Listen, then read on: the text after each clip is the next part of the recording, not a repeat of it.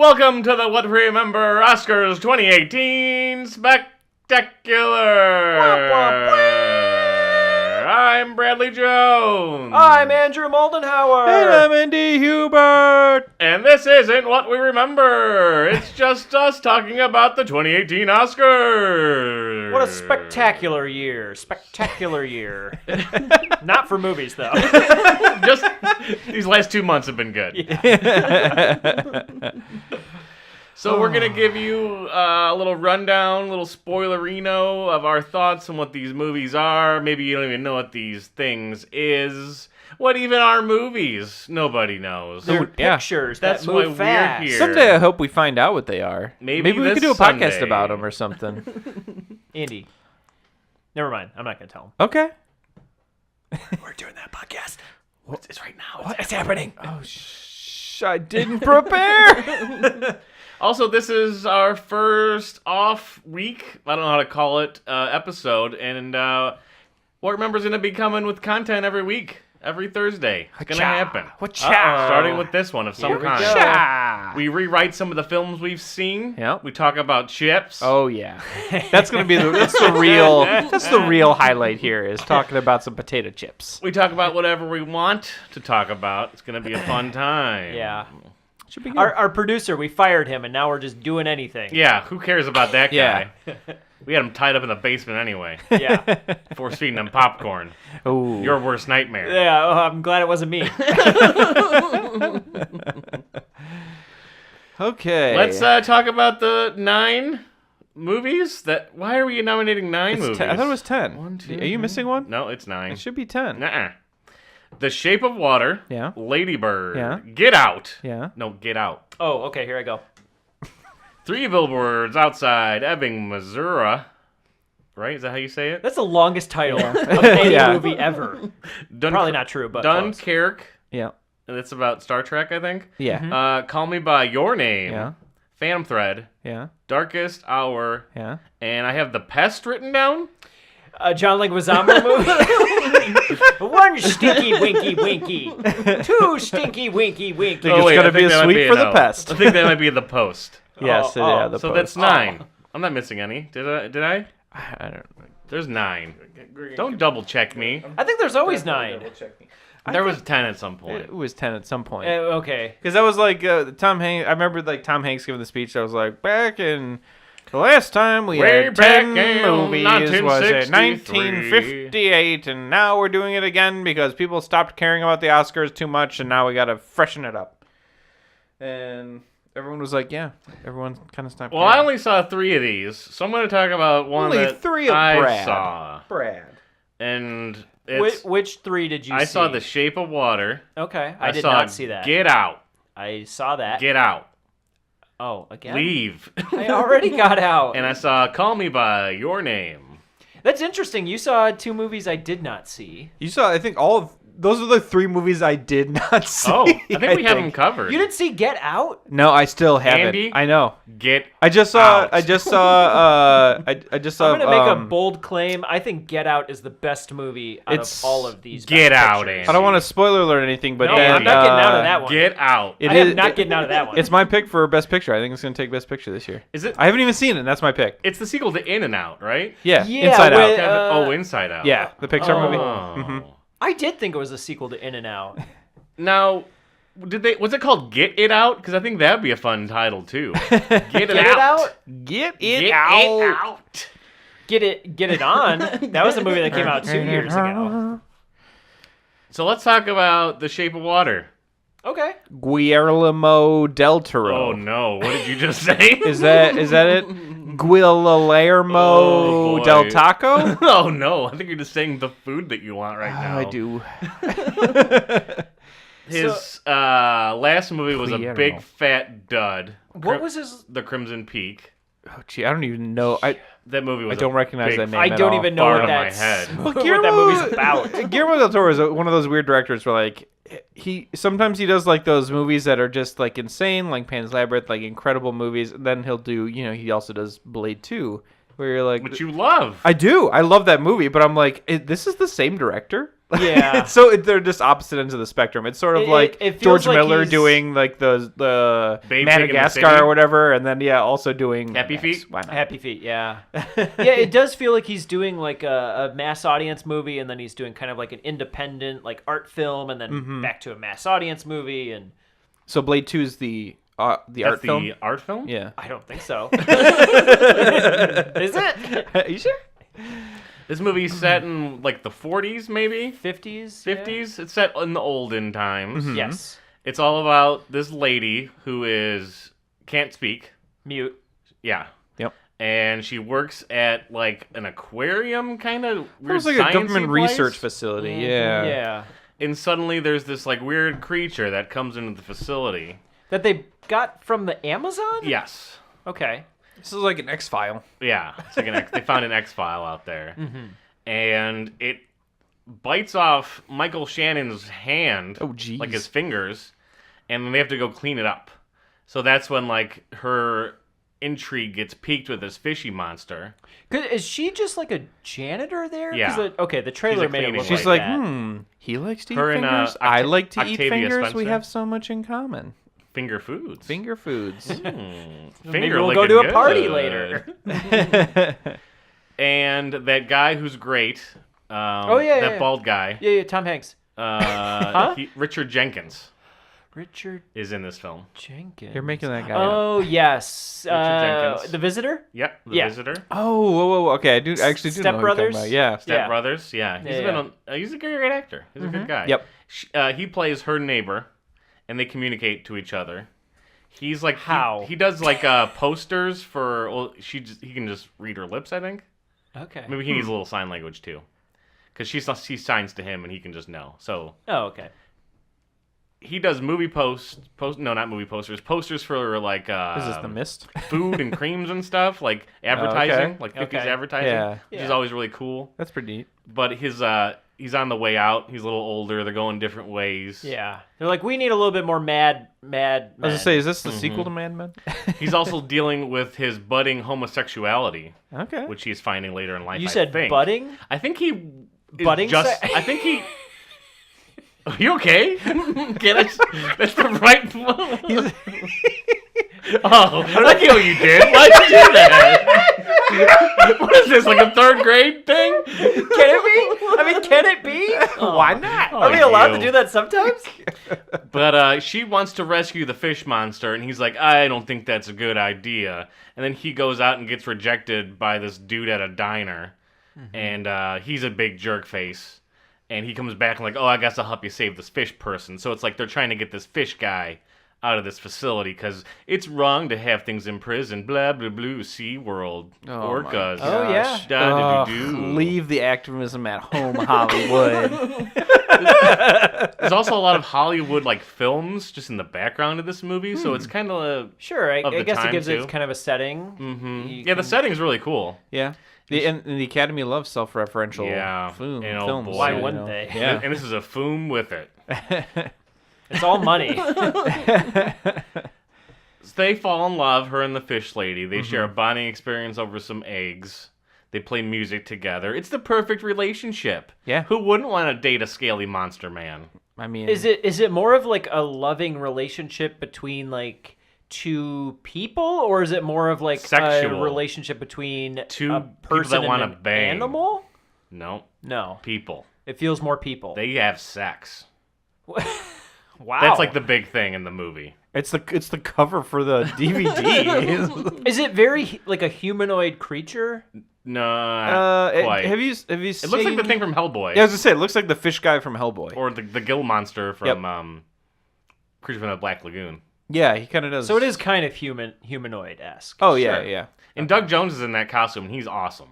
That guy not getting an Academy Award nomination blows my mind for this film. That doesn't make any sense. to Doug me. Jones, who is Oh this? boy. Can you help me out? It's Help me out a little like bit. Explain movies to Andy. Yeah, please. He's usually in costumes for films. He was in all the Abe Sapien costumes for Hellboy.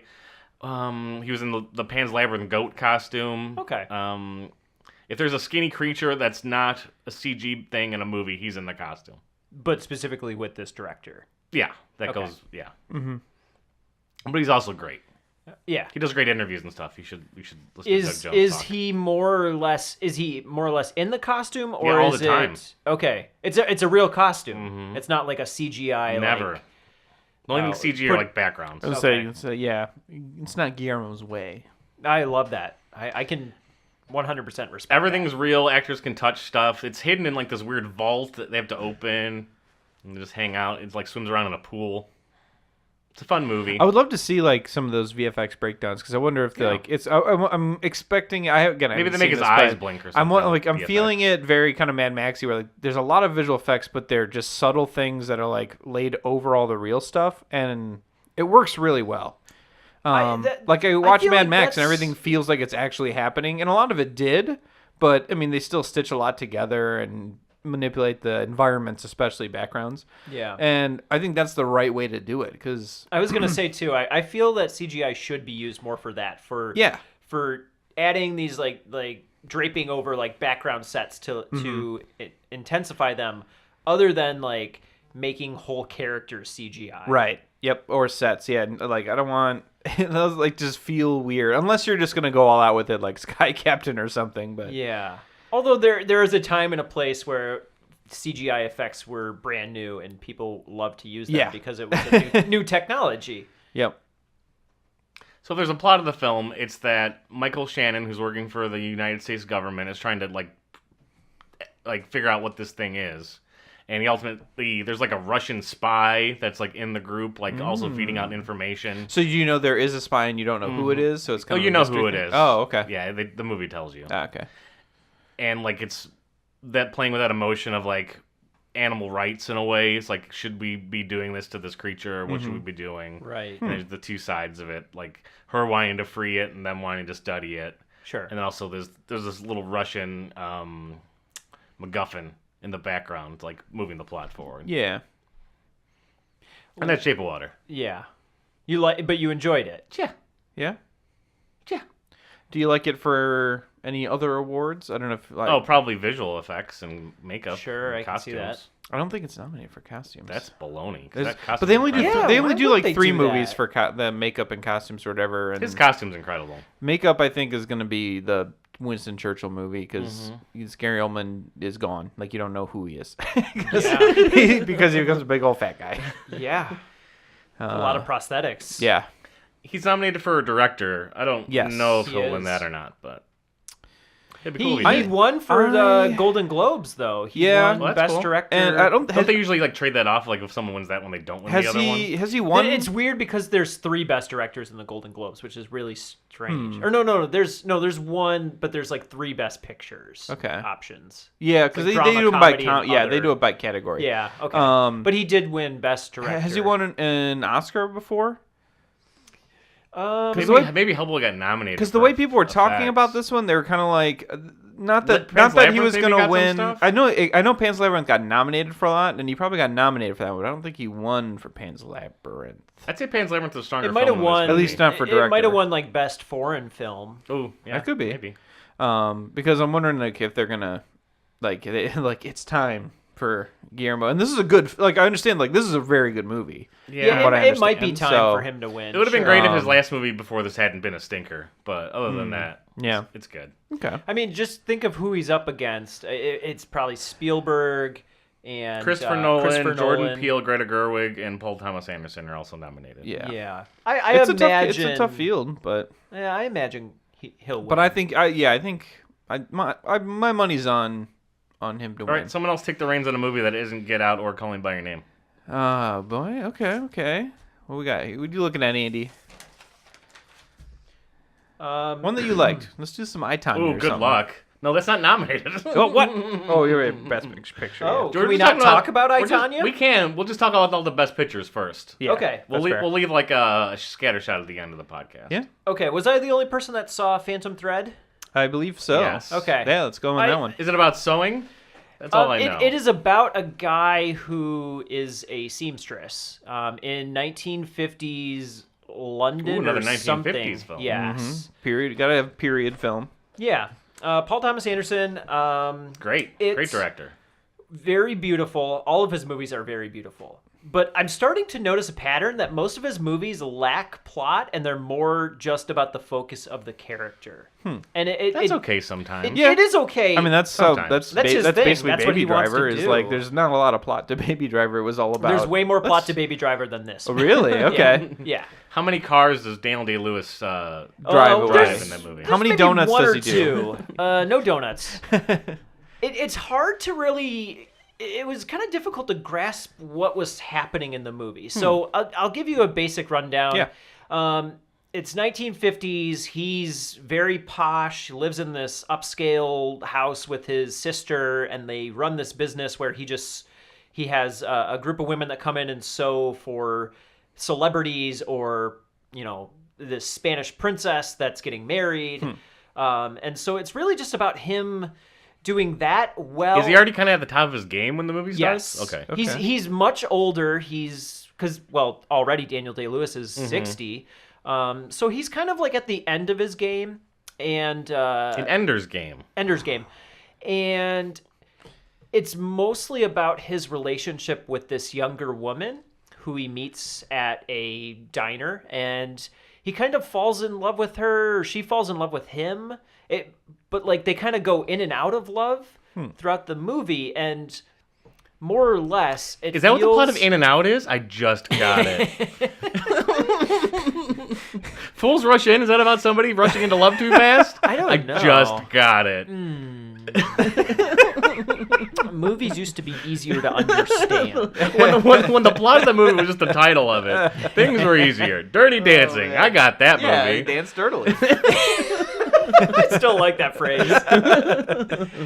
But I would say that There's no ghosts in this movie, so Phantom Thread's confusing me. well they kind of explain there's a that ghost in this movie? as so it's based on a superstition that and I'm forgetting some of what the superstition is, but as a seamstress, he'll sew something inside the soul. dress that is supposed to be a good luck charm, so that Interesting.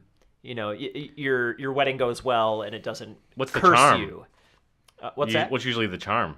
Is it pieces of other people? I can't my remember. I God. think it's like a specific kind Pieces of of his own fabric skin? or something. No, Okay. it's something that he just sews inside the dress. Yeah. It's not really relevant to the plot. That's a bummer. But mostly it's about him trying to balance being this very successful fashion designer Seems easy. and being in this relationship that Seems easier. he doesn't really These seem problems don't totally seem committed hard. to. These problems seem easy and solvable. Yes, they are. It's more or less just about we're just seeing this character and this is his life, but there's no huge dramatic plot to this movie. I'm so sad I'm famous and awesome and this girl likes me. Meh. So It's hard. It's more or less about a guy being like, I want to be have an independent everything. man. I don't want strings attached. I don't need I'm no a woman to strong, hold me independent down. man. And for Do-do-do-do-do. that, in that way, I don't know if I really truly enjoyed the movie. I will say on a technical level, it is great. You like in terms so of you- story, Okay. there's a lot to desire. So Yeah. There's also very strange things happening in this movie that Stranger Things. okay. yes, and I don't want to give really much away. Yeah. but Sure. You don't have to give away the big old I'm not fatty going ending. to, but there's something that a character does that is hard to explain, and it kind of brings the two of them closer together. When in my head, Daniel it should Day-Lewis not. sews himself to her, literally bringing them together. This isn't Freaked. Is this Human Centipede? So I know you're. I am. You're a pretty big obsessed- PTA fan. Oh, I will always go and see his movies because I know they'll always look beautiful. But you hate PDA. what Pete? Public displays of affection. Oh, I thought talking you about meant Palm like, Pilots and stuff. Yeah. I thought you said PTA. Where would you kind of like put like, this? like go to a school. Yeah, you hate school that. meetings. Where would you put this with some of his other works? Is there something you would, in terms of I would put this likability? very, very low. Ooh. Okay. Almost to the bottom, but it's so strange because he's so good that like this movie probably still stands above a lot of other movies. Yeah. But in terms of his own films, I would say his earlier work is a lot more interesting. Okay. However, there's his earlier work has a lot more going on. There's more story involved, and there's a bigger ensemble cast. This movie is more like Punch Drunk Love, where there's only about 3 characters that are really important to the movie. I don't like movies that feel empty. It I like feels, movies with a lot of other characters in it. It feels empty. It does feel empty. I don't like that.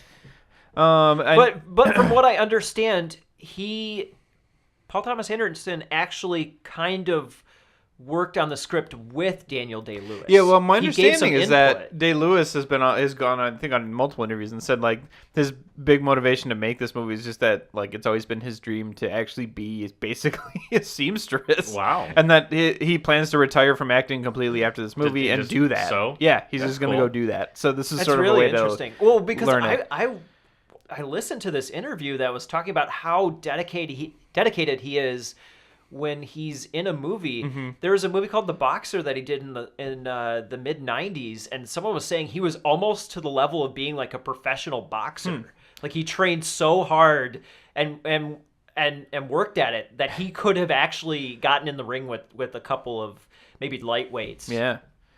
Now he is nominated for Best Actor. How did you like his performance? He never not brings it, right? Yeah, there's Come on. really nothing there. He never not brings it. There's really nothing there to work with. I was gonna say, do you think it was him or it was like kind of the script let him down? I will maybe. say, I should walk that back. Instead of saying there's really nothing there, it probably felt more like what Daniel Day-Lewis is in real life. Okay. And in That's interviews. yeah, that's fair. It feels more like him. Okay. Than He can finally if you be- go to like... His in character can be himself. Right, for the yeah. first It does time feel ever. He's that finally way, not which- assuming someone Yes. else. He's finally assuming himself, basically. Which, in a way, might be like the best way to end your career. Right. Is to be Yeah. When more you've done yourself. it with a career like his, especially, where you're known for becoming someone else every single time so completely. It'd be like I it mean, is kind if of a fun way to. If you go cap look at that. his career, like My Left Foot, he's incredible, and then you compare it to There Will Be Blood, and it's totally he's just at opposite ends of the spectrum. He feels Yep. like a totally different person. Like he's able to have these very distinct voices. Yeah, I mean, when I remember was seeing Lincoln for the first time, and like the voice he chose for Lincoln was just like, oh man, like that's. I mean, Fall Skull and 7 years ago. I never would have that pictured was like- Lincoln like a that was Southern a clip belle. from Lincoln. On this night. So, thanks for grabbing that clip direct from the movie. But I highly recommend going to YouTube and looking up like his different performances. Never the same voice in any movie that Yeah. he's been in. It's so crazy. All right. But for the most part, yeah, that's a Phantom Thread. And No if you're a Paul ghosts. Thomas Anderson fan, I would Sad. recommend you watch it. But have your own thoughts about this movie. Or see The Phantom with Billy Zane. I wouldn't recommend that. And talk You go about see a The movie. Shadow. I like The Shadow. All right, let me see here. I don't think there's The one guy who that... made The Shadow made Highlander 2.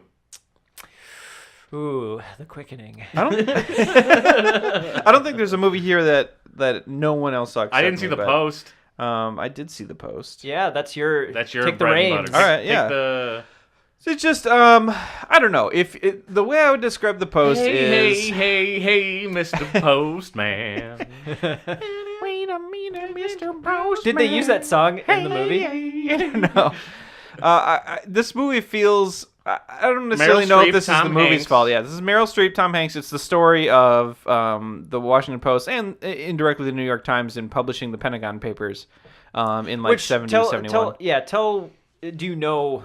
I imagine by seeing the Post, you know what the Pentagon Papers are. So Yeah. maybe explain that a little So bit. yeah, the Pentagon Papers were basically, it was this massive report that I don't know if it was commissioned under the Nixon administration or the Johnson administration, but basically Secretary of Defense at the time it had essentially this like secret report like created with a bunch of academics and stuff analyzing the performance of the Vietnam War basically. And the report's conclusion was that it was terrible and that it was just a series of horrible decisions, which if you saw the recent Ken Burns documentary is very clear. Did you watch that documentary? I did. It's really, really good, but it's also incredibly depressing. Yeah, that sounds sad. I didn't even realize that the Vietnam War, not even including the or also including the Americans being there, that war went on for 20 years. Yeah, it's like from 5 administrations or something. It's crazy. That's too long.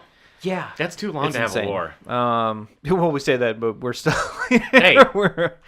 But yeah, and it's so essentially the idea was like this. No one was supposed to see this until many years in the future. Like the whole idea behind it was to create it for posterity, basically, so that years in the future, like we could go back and try to analyze our mistakes and stuff like that. Where does the Postal Service get brought into this? So movie? the Postal Service, it gets brought in when one of the researchers that worked on this was like so frustrated that no one was talking about how bad the war was actually going, that he secretly stole over the course of a few months the entire report out of like its building where it was housed and made copies of it and then brought it back in pieces. The Secretary of State did that? No, this was just one of the researchers that worked on it. Okay. And so he basically gave an entire photocopied version of this report to the New York Times and basically was like, people need to know how bad this war is going because every time the administration's on TV, they're like, oh, it keeps going better and better over there. We're doing a great job. We're about to win. Yeah, and I also think, like, did the Pentagon Papers also reveal that the U.S. was having a secret war in Cambodia? Yes, that was also part of it. Yep, we had been conducting covert operations in Laos and Cambodia, basically. And then the president was basically saying, no, we weren't doing that, or we're not doing that. So there was a lot of secrets in here, and so the why didn't they just post it on Twitter? They should have. It would have been a lot easier. You should. Let's go back and tell them next time. Be like, they did have characters too. Like it's not just 140 anymore. Yeah, so it's a little easier. Yeah, why are they using the Postal Service? So the idea is that the New York Times publishes its first story on this. There should be a podcast where we try to explain historical events to Brad. What do you mean? Why didn't they just do it this way? Well, wasn't there someone following like Vietnam on Instagram that could see what was going on? Guys, I've been following Vietnam on Instagram. And it is just, it's not. It okay is not. I follow this over really there. cool photojournalist on Instagram. It's like, all these awesome photos. So the New York Times publishes its first report, basically slamming, was it McNamara, I think, at the time, and like talking about this report, and the government, the Nixon administration, immediately sues the New York Times, saying you can't publish this because these are secrets, and so then we kind of get our story where Tom Hanks and Meryl Streep come in. It sounds like a very wordy movie. It is. There's a lot of talking, I'm sure. Yes. I mean, it's People a talking in newspaper rooms, movie. Yeah, it's going to be... There's lots of walk and talks. But I would just sort of describe it as, I mean, if you liked Spotlight, you'll like this movie. Or if you liked All the President's Men, you'll like this movie. It feels the same thing as Spotlight. Yeah, it's very similar. Very, very similar. And I enjoyed this movie almost as much as I enjoyed Spotlight. It's a very well done movie, very fun intrigue of like the subterfuge of just getting stories published. So like the Washington Post kind of sees this opportunity to publish the rest of the stories because the New York Times only got one out before they got shut down, and the injunction. How did they get shut down? Basically, the government basically just sued them, and the court basically said that while the case was being decided, you couldn't publish any more stories about it. And the Post was like, well, got wrapped up in court. That doesn't apply to us, so we can publish more while that one's kind of tied up. And I guess it's kind of weird. There was kind of a weird aspect to me is that I'm used to like the major papers being like the New York Times, the Washington Post, and the Wall Street Journal, and like those are like some of the big ones. And I guess at the time this happened, the Washington Post was still like a pretty small local paper for Washington D.C. based, and that's it. And so they saw this as like their opportunity kind of for a big break. So Tom Hanks plays like the head of the newspaper. Meryl Streep owns the newspaper. And it's basically the two of them trying to like decide if they should publish them or not to publish because they might get sued into oblivion. You mean there's a 2-hour movie where they're just deciding that question? Yes, and in a very entertaining way. Okay. But Meryl Streep's like acting. It's she's insanely good. And so Tom Hanks is amazing too. And it was really fun getting to see the two of them act together because they play off each other really well. Their characters are like very directly foils to each other. And in a Spielberg movie. Yeah, exactly. This movie is just a great movie to watch in general. Especially if you liked All the President's Men or any newspaper film. Like I would not have I mean, decided this is a very entertaining movie just from the title and right. It didn't. It looked. the I wouldn't have guessed explanation. it. It's also the very plot. different, I think, from every other film that's nominated this year. It's not even similar at all to any of them. It's a very different movie, and It just has Spielberg's name on it. I think the fact that it has those two actors and it's got a it. Spielberg is kind of why it ended gonna up get here. in there. But it is very good. I highly recommend it. I'll see it on a boat or a cruise or a That's plane or yeah. something. I would say like Yeah. if it comes to a streaming service, definitely watch it. Yeah. for I sure. wouldn't recommend just going on a cruise just to watch. just to watch this film. I'm going on. It's a post themed cruise. I only say that because that's the last time I saw when I was on a cruise. They had the other Tom Hanks movie where he's just walking and talking a bunch. Castaway. He's got mail. Yeah, he's got mail. He's got mail. Sleepers in Seattle. Turner and Hooch. Ticker Ticker-tailored It's slash like soldier tie. like Ticker Taylor Soldier Spy, but not. Oh, Bridge of Spies. That one. Bridge of Spies. There we go. That was the one I saw. Yep. So it feels like the same movie as that in a way. Yeah. So definitely not going to win, but it's a good movie. Watch it if you want to see Did it. anybody see Call Me by Your Name? I didn't. I didn't. Okay. I didn't because I am very skeptical based on what I've heard. This is about exactly this why I haven't movie. watched it yet. This is like the one movie where I've been staring at it like I should watch it. I've only I just seen the don't first want to. hour of this film. Okay. I've been okay, trying that's to fine. watch it over the last couple days. Oh, okay. I've said this a couple times to you guys, but I still feel that the Sufjan Stevens song in this movie is hands down the best song out of any of the movies songs that have been nominated. It's okay. so enjoyable to listen to. I haven't heard it yet. I'll have to How does listen it to go? that. I still can't sing it though. I kind of wanted you to just make up a song. It's like Call me by your name, call me by your name. What's your name? Call me by it, yeah. So this movie takes place in the 80s, Rome, Yes. Italy. Oh right. Right there it is. So there's this kid who's living a great, cool life with his family. Nice. His dad's like he American? a researcher. No. I think they're Italian. They're Italian family. Okay. But he also, like, most of the movies in English, but there are some moments where it's subtitled and people are speaking Italian. He's a young kid growing up. He's super smart. He knows, he listens to cassette tapes and writes down music. That's his thing he likes to he's do. deep. He likes to transcribe musicians. That's his thing that he digs. Okay. There's a fancy dancy research assistant that comes in. I think he's Army an American. Hammer. Army Hammer. Oh boy. Laying the hammer down. Oh yeah. He's researching the dad. He's also kind of like a smarty pants. Is There's he a couple of researching smarty the dad, or pants is he people in there. researching for the dad? He's helping him. Okay. Researching. like that he's Ooh, just there we studying go. the dad. Like Yeah. yes, He's he like, ate let me cereal read your again. Research Wikipedia assistant. page. So the first hour of this movie is just the little kid hanging around, having a good time with Having Army a Hammer. good time. They're going to dances. They're going out bike riding. There's long shots of just dirt roads. Okay. And them just like hanging out.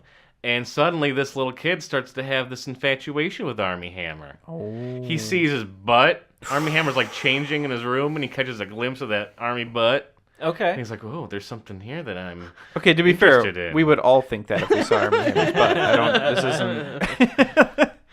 So they're like hanging out at a pool, they're talking, they're philosophizing, they're intellectuals, they get each other in certain levels. Okay. And they start like having a budding relationship. Back to the budding word. Don't make fun of it. Okay, I won't this So time. it's a choice of words. It's a. Nip it in the bud. Stop it. And you go through this, like, dad and this family's, like, super supportive of the kid in general, and everything seems to be okay for the first hour. There's no really conflict going on. It's just, like, pretty things happening. It's more of a coming-of-age movie. It's a coming-of-age movie. Yeah. I feel like it It's fits... an internal conflict. It fits, like, the Brokeback Mountain or Black Swan, Oh, like, okay. slide-in kind of movie for the Oscar bait Yeah. things. Yeah. Now, I listened to an NPR interview with I don't remember who it was, but they were making some points, and I will say I didn't see this movie. We haven't seen this movie all Nope. the way. That's true. That's true. But someone was making a really good point about the boy being what? He's like 13. 17. Is he's 17? Okay. Army Hammer's, like, in his late 20s, early 30s. Yeah. So it's also the 80s, man. It is the 80s. 80s, man. He's 17. It's he's Europe in the almost 80s. 18. So it's hard to say if this It's is Italy, like a you know? kind of like I don't know. It's like a weird, like sexual, kind of strange dynamic. Not assault, but like he assaults Armie Hammer, if anything, in the movie. Okay. From what I've seen. Okay.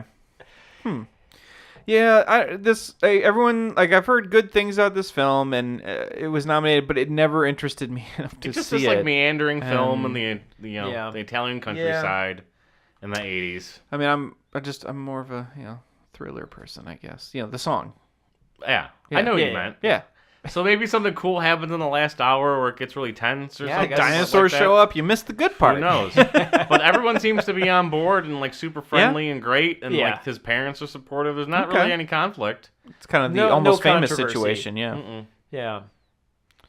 Little kid plays the piano. I would like for to real. see it to know if there is something strange going on. I mean, It considering doesn't seem like there is. I need to know. sit down and watch this at some point. It's gonna be. Yep. That's one of those things I just have to do. Yeah, I'll watch the last hour at some point. But I had also watched like the first episode of the new season of Master of None, and I like got my fill of Atelier. Atelier. It's kind of the same thing. Fair enough. Which is a great show. Armie Hammer's good in it. Do you like Do people have any opinions on him? Here's the thing about He's Armie very Hammer. hit or miss. He's the Lone Ranger. Well, is he's the Lone been in Ranger. like he was in like 4 or 5 movies that were just did not do well at the box office. They all tanked like right in a row, and so like his career was like kind of on the rocks, and maybe this might help bring him back. He talks like he knows what he's saying. He seems smart in the film, but I don't know. I don't know. I need to get in Armie Hammer's. He's good in The Social Network, but I mean, it's a small part. Yeah. But he's, And this little kid's also in Lady Bird, so like how great there's for a him. lot of crossover. Yeah. There's a boy in Lady Bird that's also in 3 Billboards. I was just reading an article about the John C. Reilly Award, which is like being a supporting actor in multiple Best Picture nominations in the same year. I guess he was in 3 in 1 year because he was in like Chicago and Gangs of New York. Gangs of New York, yep, and then one other one. And they like, so it's like they had this whole like sub award where it's like the real reason to be proud in Oscar season is if you can get a John C. Reilly Award. The kid's dad in this movie is a scientist in The Shape of Water. Okay, it's interesting. There. There's a lot of crossover, considering there's tons of actors out there. Yeah, movies get filmed at weird times at different, different I mean, things. the way the schedules work out. Who knows? Some of these were probably shot in like 2015. Right. It's probably true. I bet most of them were. What else we got? Did you guys see 3 billboards? Birds? Did you guys see 2 Grace billboards? Billboards. I saw 3 big birds. I did. I actually watched this just last night. I just watched it a couple hours ago. There you go. I'll see it at some point. I know a lot of it. It's been spoiled pretty hard. See, I was expecting both of you to have seen this, and I was also expecting that neither of you were going to like it.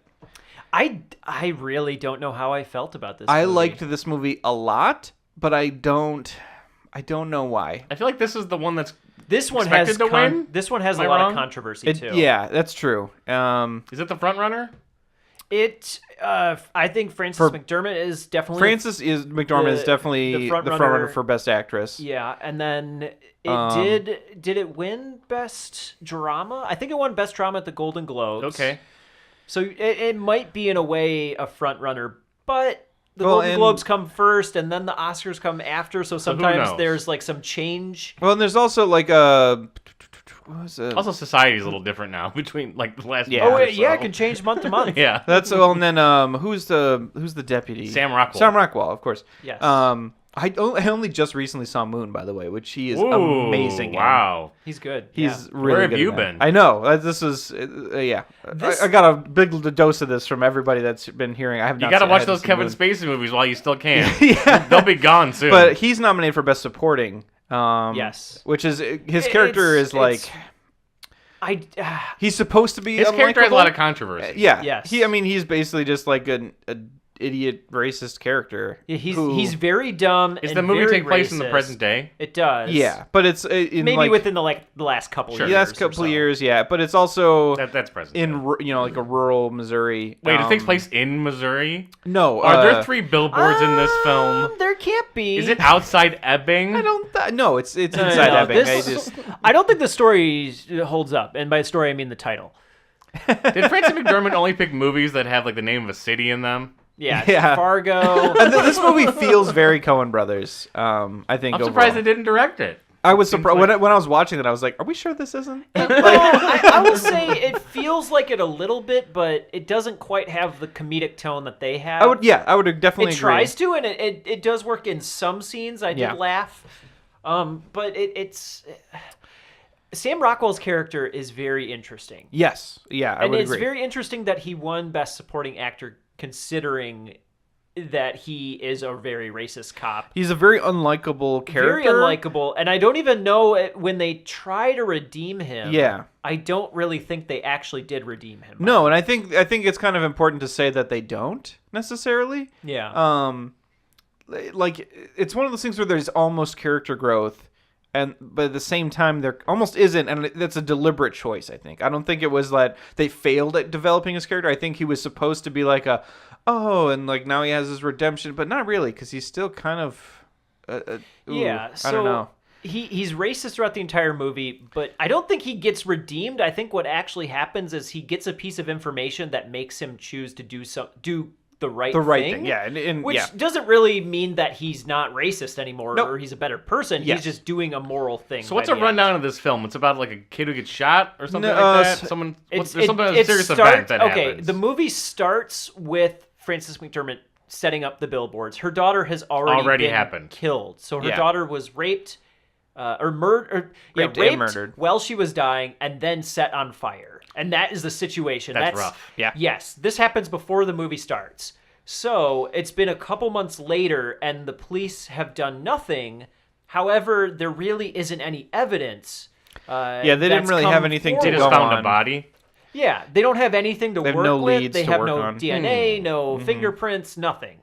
So she's upset that the police haven't been doing anything, and it's really more or less about the police and some of the community members being against her and what she's doing with these billboards, which outright tell the community that the police are not doing anything to solve. Yeah, she calls out the chief murder. of police, who's Woody Harrelson. Are all three billboards up at the same time, or is it like a gradual thing where they keep? No, they're all back-to-back billboards, and they each have a little bit of a phrase. They're together making a point. Yep. Sure. So yeah, it's kind like a big carnival coming. Like they're afraid of losing.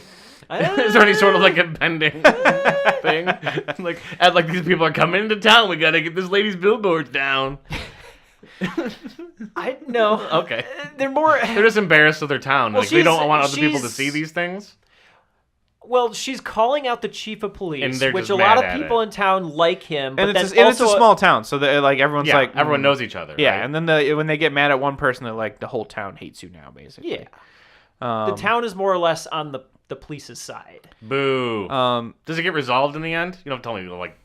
No. No. When at the end of this movie it fades to black, and I was like, they better not fucking roll credits right now. I need more of this. I need more movie. And then they rolled credits, and I was like, oh, son of a bitch. Not based off a true story, or is, or I don't know. I don't think so. I wasn't sure if I thought it was, but now I'm not sure. It seemed like it felt like it could have been. Okay. Yeah, I'm sure there's a lot of stuff. The best things about this movie are there are some fantastic characters. Frank Mack. Yes. She's great. She's really good, but Peter Dinklage is great, and I wish he was in the movie a lot more than he is. Yeah, I would agree. He's a very small part, maybe. Ooh, totally careful. I was gonna say he's probably in the movie for a total of like 7 or 8 minutes. It's not much. I think Frances McDormand and Woody Harrelson were really good together on screen. So did Woody Harrelson walk off of True Detective, and they just kept like filming him and did this film? Yeah. It feels very similar to that. Also, the mother from Mother tell the children not to walk my way. No, the Mac's mom from It's Always Sunny is in this movie as well, and I thought she was great. Which one is she? She is Sam Rockwell's mom. Oh yeah. I thought she was wonderful. She was really good. She's also only in this film for like 3 minutes, but she like. At least there's some supporting characters in this movie. They have all these. There's a lot of supporting characters that do a very good job of adding depth to the main characters. Like I think seeing the interaction between Sam Rockwell and his mom is what adds so much kind of interesting depth to his unlikable character. Like I think the premise is kind of like one of the reasons he's the way he is because of her. So you kind of see the way they interact and.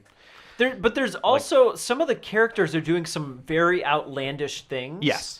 Without a lot of repercussion, Yes. which is very on both sides, both the yes. yes. Oh yeah. Frances McDormand is not a good character. Nope. And I mean, her character. Well, she's in a weird state of mind, I'm sure, right? Her character, she's not very moral, is what I mean. She's doing. Does she have like other family? Does she have a husband and other? She kids? has an ex-husband and she's got a son. Okay. She has a son. Yeah. And there's just a ton of scenes where she's doing things that I get that she's really upset, but she's doing things to even people that she likes, I think. Yeah. That are There's a lot of very interesting interpersonal dynamics where, people, like, they clearly care for each other, but they'll be very mean to each other at the same time. And you kind of have to reconcile these different relationships. There's a couple people on her side. feels like But people will come onto her side and then go away because she's being, like, just a big old bad person about it. And, like, here's the problem, though. Some of the people that are totally on her side don't even have a big part in the movie. There's two characters in particular that have two scenes, and they feel like this movie sounds like a mess. It is a bit of a mess. It sounds like a big old. I don't know. mess. I think it was a lot of fun, but there is times where like there's a lot going on. Right. That seems like part of the problem. I don't know. I thought it was fun because I think it really did add so much different kind of perspectives to every character. Like you see Frances McDormand as the sympathetic mom with the kid, but then you're also like, ugh, but she's not a nice person, and like this could be resolved differently. And at the same time, you're like, yeah, like the police need to get on this, and then you're like, oh, like I understand they like sometimes you can't necessarily just solve a case. That doesn't work that way. Right. And it's not a movie. You can't just like figure everything out. So it's trying to be real. You kind of get the two sides for everybody in this. The only kind of time that doesn't really work is for Sam Rockwell's character, because you can't be like, oh, he's this terrible person, but now he's a nice guy. You're like, no, you got to remember he's still not a nice guy. That's how real people are, though. And I think that's what it felt very real. Mm-hmm. Yeah, I would have been more okay with his character ending the exact same way, like still being the same type of person, but maybe he does still help the case the way that he did in the movie. Right, yeah. They try to sort of change his character by the end and redeem him in a way. Is this story about her like doing the research for them? No, or is she just hard trying to bring really attention tell to what It's really the story is about. the investigation and all that stuff is really secondary. The real story is simply how her putting up these billboards changes the relationships in the town. Sounds like an unfocused Mystic River. That's what this movie sounds like. Yeah, I would agree with what Andy just said. The movie is more or less about how the billboards affect her relationship with other people and their relationship with her. It's less about the mystery of what actually happened to the daughter. It's not about her daughter's murder. That is just background. It's just a background element. That's the world they live in, or that she lives in now. Yep, and so the rest of it is just seeing how these billboards change the way people interact. I would definitely recommend people watch it. I would say it is one of the more interesting movies. I like this movie a lot. I was surprised. It's also, I don't know if you've seen In Bruges, but it's by the same writer and director. I haven't yet. Everyone keeps telling me to watch it. That's a really good one. That's a great movie. Yeah, that's a really good movie. And and in a way, the writer and director is Irish, and In Bruges feels more like he's writing about what he knows, and this movie feels like he's writing from... Did he write it? Yes. He's an Irish man writing a perception from like writing his view of what America is. Yeah. I mean, that could be interesting too, like seeing what an outsider's view of how it's perceived, how we are, essentially. Yeah. How everything we do here is perceived. That's an interesting take. Yeah, I definitely recommend seeing that movie. It's a lot of fun. It was very good. All right, Andy, pick a film. That's not Get Out. Let's talk about Dunkirk. Dunkirk. That's not okay. I say that, but I actually really like Dunkirk a lot. More like I knew I would, and but I'm it's a a Chris Nolan guy. film. Yep. It's about which war? It's World War II. Well, it's about a battle. It's about specifically just the Dunkirk evacuation, and we have Spider-Man in the movie. Oh yes, yeah. Newer Spider-Man. Yeah, that's what I was like. Is it Andrew Garfield? Yes. Yeah. Okay. Good. It's been a while since I've seen. It's been a while. But this movie feels more or less like a documentary. It's like one of the few war films that came out. Last year, right? I think one of the things I really did like about this film is what Nolan specifically stated when he went when he wanted to make this, that he wanted it to be about the battle and not about someone in the battle. So not Saving it's Private exactly Ryan. like that. Yeah, it's exactly that. You never get any kind of like background on anybody. You experience the entire essentially the entire operation from multiple people, but only just in seeing what they see, not in that you're like you get to know these characters or it's not about the characters, it's about the it's scenery, just about things that are happening backdrop, all over the place. Is this movie long? It feels long. Is. It It's is like long. 2.5 hours, maybe 3 hours. Oy, oy, oy. The sound design on this movie Oh yeah, it's a war is movie, so good. Yeah, It's so good. it's incredible. And it, like there's a really music too is really the music. great. It's Hans Zimmer. Yep. And so that's also very good. There's so many characters. This absurd amount of huge actors in this movie. Yeah, Tom Hardy's in it, but know- maybe for a small. And you don't know it's him until like the very end, really. Until he's like, going "Hello, yeah. Batman." He is like that because he's wearing a Welcome to a Dunkirk. mask. He's a pilot, so He's yeah, in he's a got the jet. mask on the whole time. He's like, You don't even see his face. "Oh, Batman, kill the other planes. World War II Batman. Let's get them out of Dunkirk, Batman. Now, Christopher Nolan obviously he's Inception. obsessed with time for some reason in his movies. So Yeah, there's a that's time true. element to this. Yep.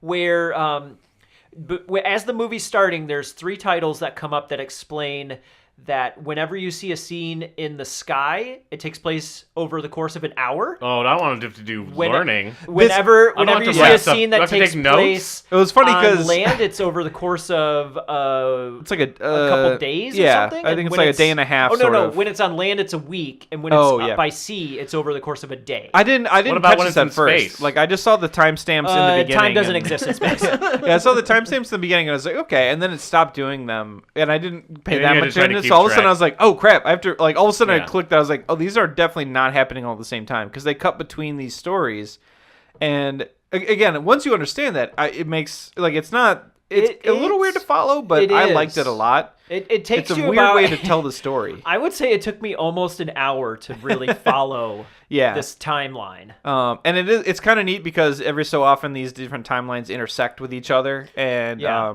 so you kind of get like one That's story. when you will really affect start to another one. understand what's happening is when they do intersect. So this movie, I'm curious. I wonder what it was like trying to edit this together. Probably a nightmare. But yeah, it was a really. I liked it a lot. There's so many creative decisions that are, I feel, very unique to this film. Like the idea that you don't really develop the characters. It's about the event and not people in it, which for a movie in general is just weird. And then there's a very deliberate choice to never show German soldiers. Like ever, they never refer to them as Nazis. They just call them the enemy a few times. They're in the background in like the beginning. Right in the beginning, And yeah, the and then very right end. at the very end, you get like Yeah. an arm. But you never, otherwise, you It's never not see them really as a a battle, person. Yeah. except for in the So sky. is it just them like walking around the trenches and stuff, and when So they're on land? we'll They're on tell a you a beach. little Or are they bit about what gunfighting? this is. So, at the beginning of the movie, the British are being forced by the enemy towards the sea, and so all of the British soldiers are now at this beach. Mm-hmm. However, because of submarines and everything, and planes, there's not enough ships coming through to pick up all these soldiers to take them off the beach back to safety. Yeah. And so really they're all just stuck on this beach. And this was And they're basically like the sitting entirety. ducks. This was the entirety of the British professional army too. Oof. So like they Would've Yeah, wiped it's out. massive. They There's a invaded massive army. Yeah, they invaded right at the beginning of the war to help France, and then they then immediately France got got pushed back decimated. right to the Yeah. sea, and France blew it. So yeah, they get pushed back to the sea, and there's basically like they're back in England, like, well, our entire army's gone now. Like, Yeah, they're basically sitting ducks, and what's happening is like planes are coming by and just bombing the beach, Yep. and people are just dying without anything to do. They can't run away because they can't go back the opposite way. The enemy's there. The enemy's Yeah. underwater. So the Germans in win the World War sky. II? Yep, and that's the end. Oh All my right. they could gosh. have. That's Dunkirk. Holy moly. Now this, yeah, it is one of those moments in history where you look back and you're like, how different would things have been? Right. Like basically, especially this one, because Hitler made a conscious decision to wait them out on the beach. He was like, they could have easily just crushed them at essentially any point, but he was like, no, let's wait it out. They'll surrender. They have nowhere else to go.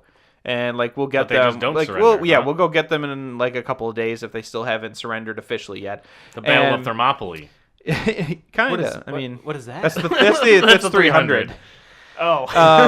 But they're all stuck there, and yeah, the British essentially mobilize a huge fleet of civilian boats to go get them. Which is really interesting, and I love that aspect of it. So yeah, they were like, anyone that has like a boat that can hold a couple people, please help. And so they all like. It just shows how desperate people were during World War II, because it's like the whole Europe was in turmoil. And people didn't know what was going to happen with the world. Right.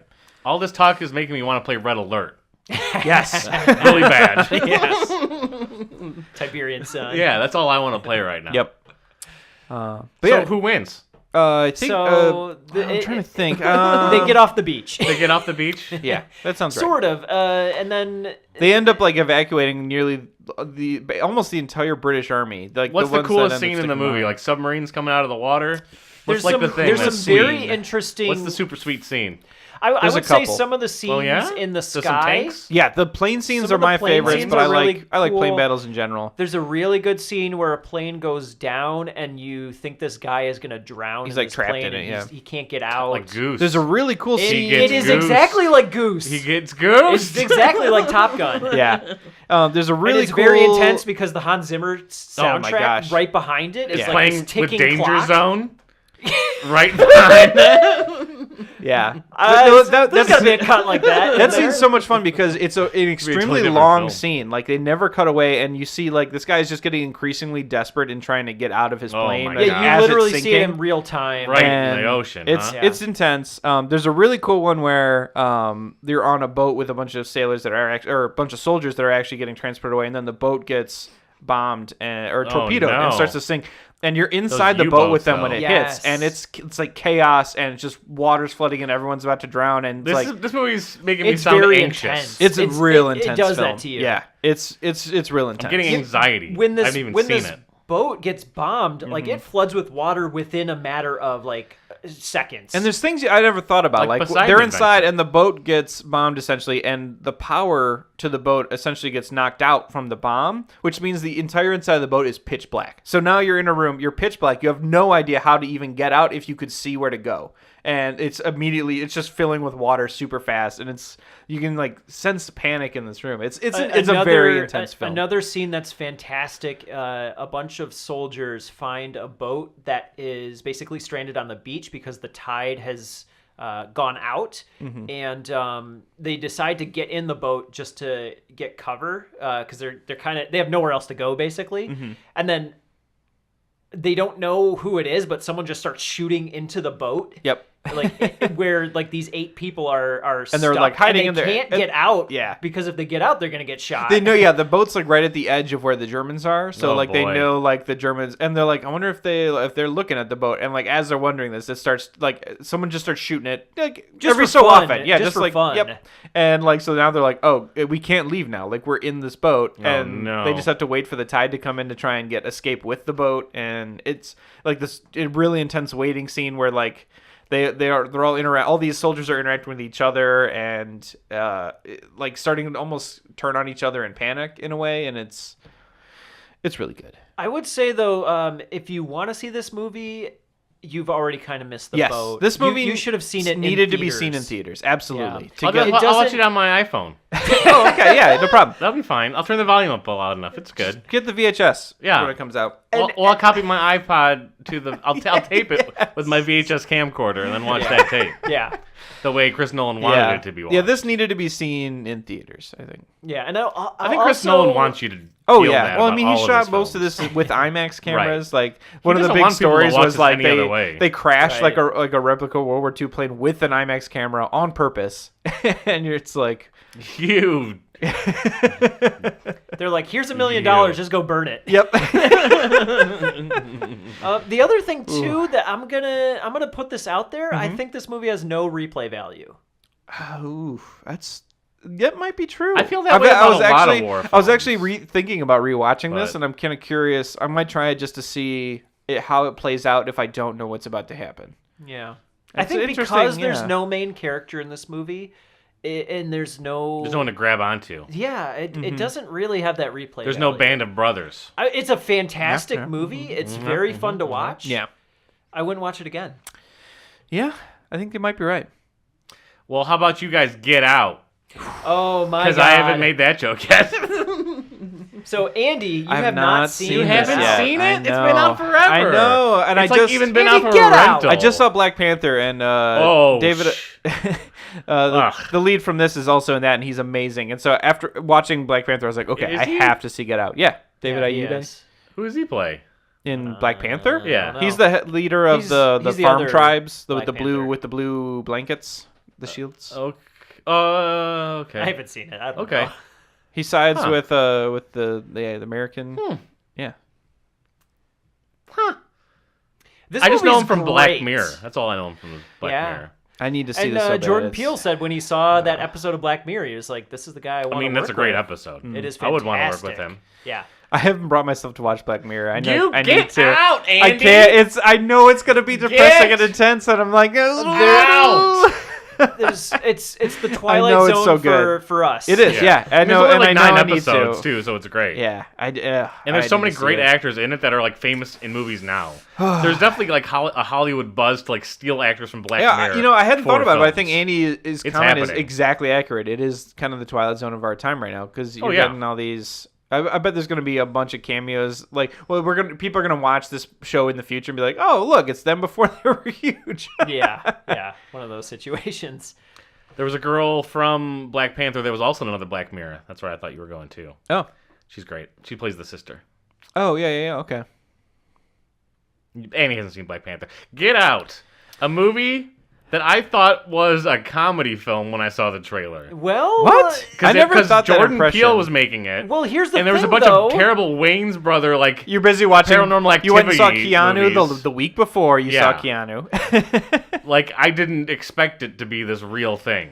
Yeah. And I'd waited long enough for that like worn It's off. still in the comedy category. Well, too, it was which at is- the, which at is the, strange. at the get a- Golden Globes yeah, or just to get whatever. They awarded put for it there. things. Yeah, because they're like horror films don't win awards, so they had to Correct. classify it as It also something. it doesn't get nominated it's for more, Oscars. It's and more than there. a horror Well, that's- film. it's- It has a social commentary. Well, to yeah, it. and it's I would like from what I understand of it, I would classify it more as a thriller, and I would say it's a horror in the way that a Hitchcock film is a horror.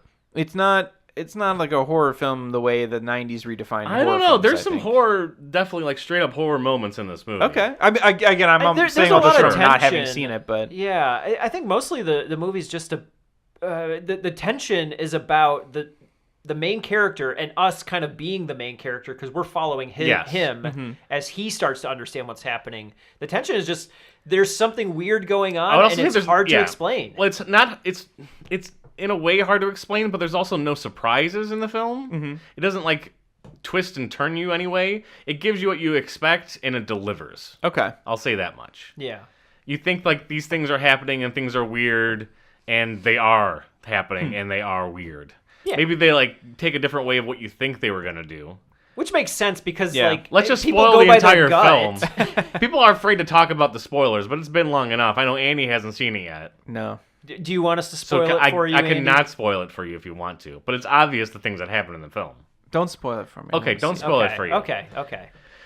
So really, the movie, the setup is about a black African American man Yep. who is in a relationship with a white girl Who is and, Allison Williams? and he's Oh, okay. going to meet her parents for the first time. So you think it's like that film? What was that one with Bernie Mac? Oh, Weekend at Bernie's? come on, go to Sidney Poitier. Guess who's coming to dinner? No. Don't say Bernie What's the Mac. Bernie Mac one? With Ashton Kutcher. Guess who? Guess who? So it's like Guess Who. It's a thriller. Guess who's It's a coming to thriller. dinner? Guess Who? Oh boy. Brad. Don't be bad, Brad.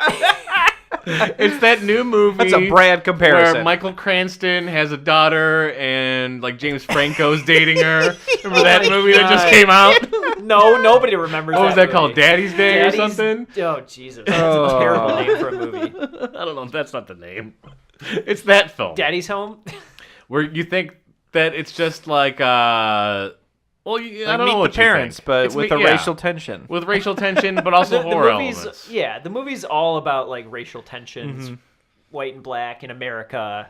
And if you like Black Mirror, this is just like kind of Yeah, an episode absolutely. of I it. think that's why I put off watching Get Out so long. I'm like, I'm afraid to watch Black Mirror. I'm afraid to Your watch voice Get Out. changed just now. But I'm gonna do it. I'm gonna do it. Just to saying the words Black Mirror made you a little I'm squeamish. gonna... I've never seen you so squeamish before. I'll do it for you guys. Okay. You're gonna love this movie. I think I will. I think will. I think again, the whole audience. Having not seen this, it is still my pick for Best Picture. I don't know if it's gonna win, so. but I would say it's the most It enjoyable could be. movie. It could be more well made than it is. Sure. It's well written, fine, but I think there's some elements missing in it that a great film should have. I'm gonna watch this before Oscars, and we'll see if my pick changes. We'll It's interesting that you picked it and you didn't see it. Yeah, I haven't seen it. I want to see more Jordan Peele movies. Absolutely. For sure. I think him this nominated movie... for director is incredible, but I also don't think he's gonna win. Yeah. No, But I it's don't great have that he him picked was. for director, but yeah, I think it's phenomenal for him, and I think this is another one right now, especially with just the way that the Hollywood's kind of evolving. I feel like this movie should have already been made. Is my big thing. Yeah, well, I feel like right now We're at a The weird right, time in the our right life person right now. needed to make it. Yeah, Correct. And I think this really will. It means we're going to see more Jordan Peele written directed, which is good. And I feel like this movie, if it had flopped, we might not have, but exploded out of the gate. And it's kind of you have like Taika Waititi kind of guys where they make the successful film and then get a blockbuster Yes, to could happen. do what they want with. And I think I'm really excited to see his next project. There's no doubt that it's an inspiring film. This guy is just like basically a comedian. They gave him some money to make a movie, and he knocked it out of the park and destroyed it. He's like, I know I've done It's all so rare comedy. to do. Him and like Kumail Nanjiani last but- year, like the two guys that just destroyed it with their films. Yeah. No, Because- Mike because they're Birbiglia was doing it a speaking from little their bit before heart. that, but yeah. Yeah. Yeah, they're writing about what they know. Yep. So I And think it's I'm appealing to a mass audience on top of that. Yeah. Yep. These aren't niche little films. That's why I think Waititi would fall in there too. Like all his short films are sort of like life in New Zealand, especially as like his. I don't know if you guys have seen Boy, the one he did, about essentially like a native. I've seen Hunt for the Wilder People, and then I've seen because that one What We is Do in the that Shadows. one is a very much like a kind of what it's like to be an Aboriginal kid living in modern New Zealand, kind of, and it's a really good film. But like then you There's watch elements that of that and in you Hunt see, for the Wilder People. Yeah, and you see what he brings to Thor Ragnarok, which is an incredible movie. He directed that? Yeah. Oh my god. And so like I really like getting to see these guys like with very, I think, unique vision in I like movies, these contemporary getting- directors, but it's also like getting these fading out chances. a lot of the older directors. Yeah. Like, there's no Martin Scorsese film nominated this year, like, even though he made one, right? Right. That All the Money in the World, is that him? Or was that No, somebody he else did, that was famous? He did Silence. Which, Yeah. which was nominated last year, I think. Oh, was it last year? Yeah, that was I think Oh my last god, year. that movie came and went. No one wanted to see it. It's actually I've had it in my movie library for a while now. And I haven't Oliver watched it yet. Stone, I maybe? started was watching it and I turned made it off. The one I'm thinking of? Maybe. Or it's Ridley Scott. Ridley Scott. Ridley made Scott had an Alien one. Mm-hmm. Alien Covenant came out. No, this he year? made All the Money in the World. Oh, right. When he from Alien Covenant, it made him all the money in the world. Oh, boy, Andy. I'm making my Brad jokes. What was that? Someone's phone's going off, maybe? It's coming through Andy's headphone.